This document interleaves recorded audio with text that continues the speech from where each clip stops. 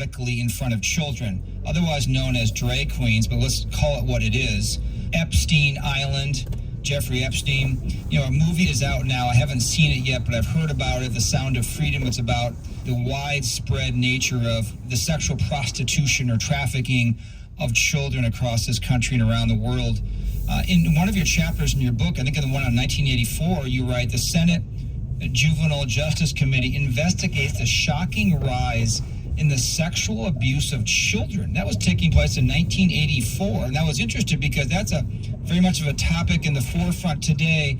And you hear rumors about just the elites and the sexual abuse of children and so forth.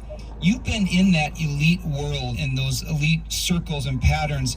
Is there such a thing that's very predominant with the leftist elites in the world, that there's it sounds like a QAnon theory. That's kind of, I don't know if that's exactly what it is. I'm not asking you to affirm or deny that.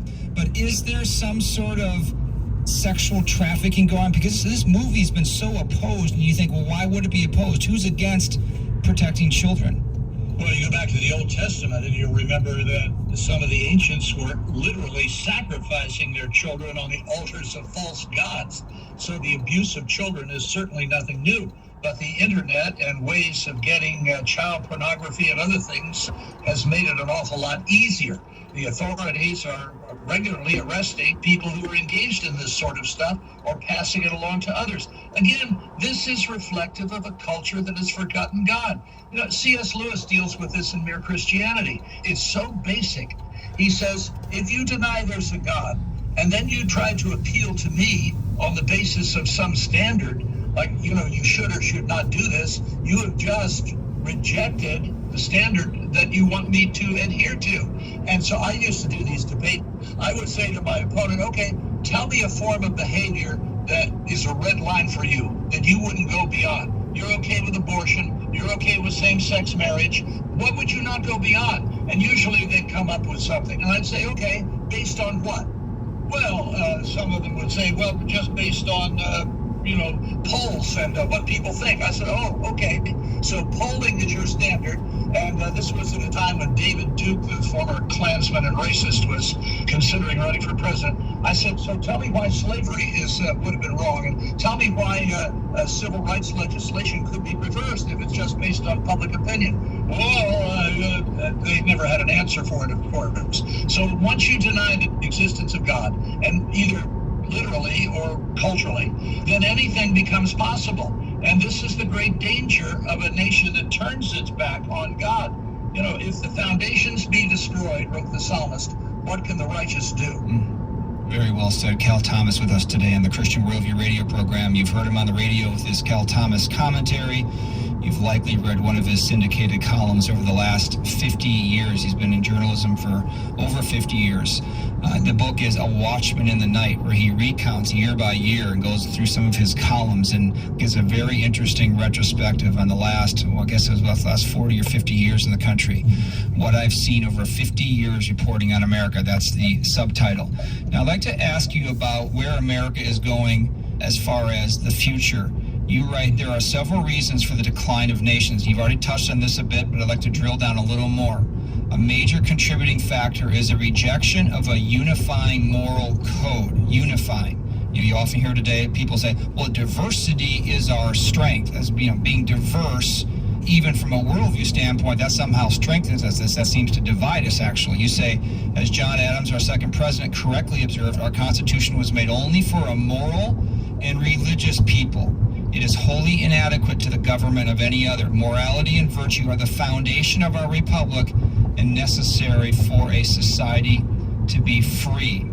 So we've discussed that the left is pretty radically Marxist socialist today. They're seeking to overturn our Christian-based heritage. The right has moved left, albeit more slowly. Many Christians, Cal, have lost trust in our institutions. The political propaganda, it's dutifully reported by the media. The suppression of speech on social media and elsewhere. The educational system, even the healthcare system we saw during COVID was very politicized. Unequal justice. Look what's going on to former President Trump now compared to what Joe Biden has been involved in, his family's been involved in. Are you the type that sees this as, well, the pendulum will swing back because this is America after all, Or do you see the U.S. being fundamentally transformed, as former President Obama said, into not so much of a nationalistic sovereign state, but more of a globalistic entity for the future? Well, I'm not a prophet under the son of one, but I go back to the ultimate church-state moment when Jesus is standing before Pontius Pilate, and Pilate asks him, well, you're a king then? And he said, yes, it is right, as you say, but my kingdom is not of this world. I think that is one of the most, probably the most profound statement that too many believers have not fully internalized. There's an old hymn which I love that says, I'm pressing on the upward way, new heights I'm gaining every day. It's called Solid Ground. We used to sing it in our churches. I don't know that they do it so much anymore with all of these worship teams and lots of drums and guitars, but there's a lot of profound truth in that. I'm looking less to the world as I get older and more to the kingdom that never passes away. And we can only go so far in any nation to correcting the things that are wrong. Again, the fundamental foundation of all of this is sin. Sin is why we die. Sin is why we have all of these problems. You mentioned child pornography, child trafficking. How can anybody do that? It's when you ignore that God is the creator and to whom you are going to be ultimately responsible. In terms of our country, the Declaration of Independence was a precursor to our Constitution. And you mentioned John Adams and that the Constitution was not useful for anybody but a moral and religious people. Listen again, and we don't teach these enough in the schools, to the opening words of the Declaration of Independence. All men are created equal, not evolved from slime, and are endowed by their creator with certain inalienable rights, and among these are the right to life, liberty, and pursuit of happiness. Now listen to this next clause. And to secure these rights, governments are instituted among men. To secure what rights? Why, the rights that God has endowed. Why is that necessary? Because, as James Madison said, if men were angels, we would not need government. And men are not angels, of course, and therefore must be controlled, either by the power of the Holy Spirit living within them, or by the power of government under God. Otherwise, it would be fascist or dictatorship. These are the foundational principles of this country.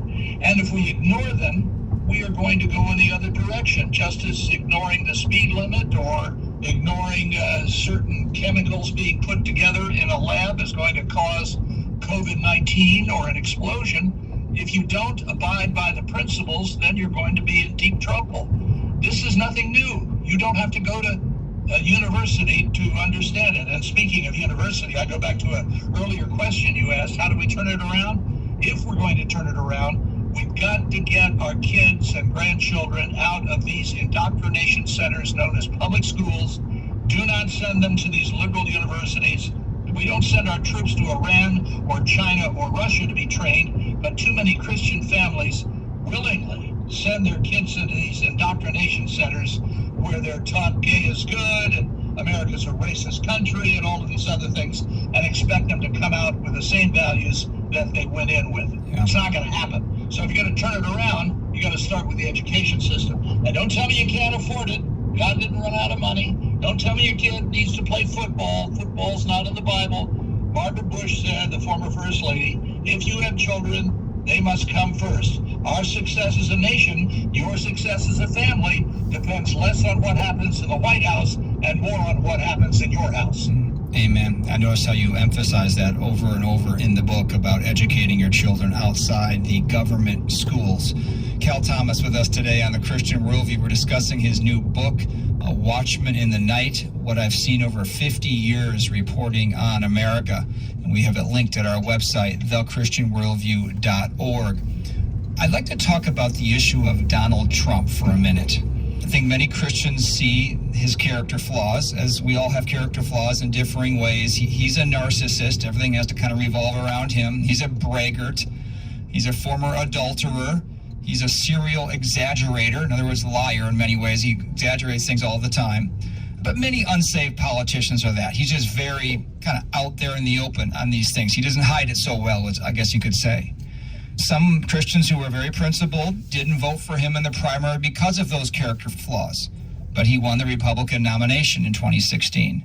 He went on to the general election It was either going to be Donald Trump or Hillary Clinton was going to win the White House.